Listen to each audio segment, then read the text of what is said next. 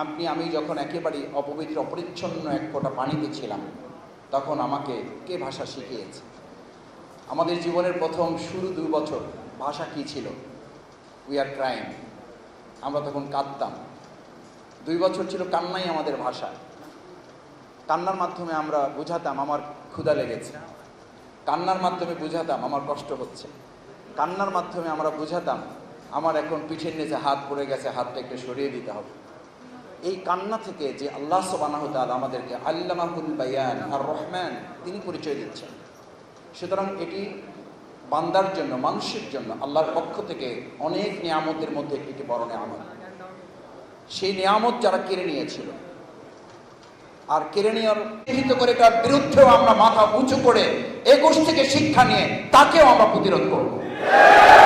আমরা খুব দুর্ভাগ্যজনকভাবে লক্ষ্য করছি শিক্ষা প্রতিষ্ঠানগুলোকে পরিকল্পিতভাবে অস্থিতিশীল করে কোনো কোনো ক্ষেত্রে এই সরকারকে দ্রুত সময়ে ব্যর্থ করে, সংস্কারকে ব্যাহত করে, তথাকথিত যে কোনো উপায় একটা নির্বাচন আদায় করার লক্ষ্যে জনগণ এখন বলছে। আমি গতকালকে রিকশায় উঠে একজনের সাথে কথা বলতে গিয়ে একজন রিকশাওয়ালা ভাই তিনি আমাকে বলছেন যে স্যার, আপনার কাছে কি মনে হয় যেগুলো শুধুই একটা দুর্ঘটনা? আপনার কাছে মনে হয় যে শুধু এটা একটা মারামারি? আমি বললাম কেন, কি মনে হয় আপনার কাছে?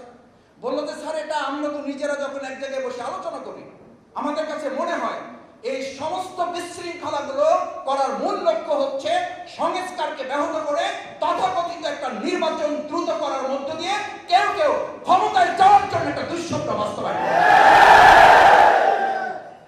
তার পরিণতি আমাদের কুয়েট, সেখানকার ছাত্রদেরকে রক্তাক্ত করা হলো না। শুধু আগে হেলমেট বাহিনী ছিল, আগে হাতুড়ি লীগ ছিল, এখন রামদা দল নামে কারো কারো আত্মপ্রকাশ করছে, ছাত্র সমাজ তাও মোকাবেলা করবে। কামিল মিল্লাত কামিল মাদ্রাসার মতো একটা পবিত্র অঙ্গনে আমাদের মাদ্রাসার কোরআন ইলম বুকে ধারণ করা দাড়িওয়ালা একটা সভ্য ভদ্র একটা ছেলেকে গতকালকে আমরা দেখলাম ফেসবুকে, আমরা আহত হয়েছি। বিগত 15 বছরে যারা মাদ্রাসায় হামলা করার সাহস পায় নাই, আজকে নতুন এমন ফেসিবাদের জন্ম কেউ কেউ দিচ্ছেন।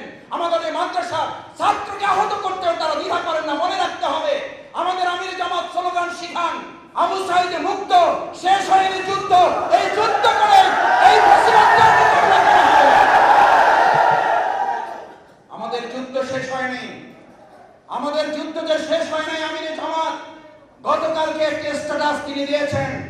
আমরা বর্তমান অন্তর্বর্তীকালীন সরকারকে খুব স্পষ্ট করে বলতে চাই, বাংলাদেশ জামাত ইসলামী ঢাকা মহানগরী দক্ষিণ, আমাদের মধ্যে আদালত প্রাঙ্গণ, আমাদের মধ্যে আইনাঙ্গন, আমাদের মধ্যে সচিবালয়, আমরা এখানকার একজন ক্ষুদ্র নাগরিক এবং এই আন্দোলনের একজন সহকর্মী হিসাবে আমাদের শ্রদ্ধাভাজন আমির জামাত যদি আগামী 25 তারিখে আদালত প্রাঙ্গণে তিনি উপস্থিত হন, আমরা বর্তমান সরকারকে খুব স্পষ্ট করে বলছি, আমিরের জামাত ওখানে যাওয়ার আগে গোটা বাংলাদেশ থেকে কয়েক কোটি মানুষ এসে আমিরের জামাতের আমরা নিজের আগে আত্মসমর্পণ করে জেনে যাব। আমাদের আমিরের জামাতকে একটা স্পর্শ আমরা কাউকে করতে দেব না। আমাদের আমিরের জামাতের কাছে কাউকে আসতে হলে আমাদের বুকের উপর দিয়ে আসতে হবে। তাই পরিস্থিতি অস্বাভাবিক করার আগে এটিএম আজহারুল ইসলামকে মুক্তির ব্যবস্থা করুন। না হলে যে কোনো পরিস্থিতির জন্য আমরা যে অন্তর্বর্তীকালীন সরকারকে সফল করার জন্য তাদের ব্যর্থতারও যেমন সমালোচনা করি, তাদের ভালো দিকগুলো নিয়ে আমরা আলোচনা করি, কিন্তু দুর্ভাগ্য এই অন্তর্বর্তীকালীন সরকারে আপনারা আসার পর আপনারা মামলা থেকে মুক্তি নিলেন, অথচ আমাদের মামলা থেকে আমরা মুক্তি পাচ্ছি না কেন? আমাদের এটিএম আজহারুল ইসলাম বিপ্লবের সেনানায়ক, বিপ্লবের পর বিপ্লবীরা জেলখানা থেকে পৃথিবীর ইতিহাসে কোথাও নাই। এটা বিপ্লবের সাথে বিশ্বাসঘাতকতা, এটা ওই বিপ্লবীদের প্রতি বিশ্বাসঘাতকতা।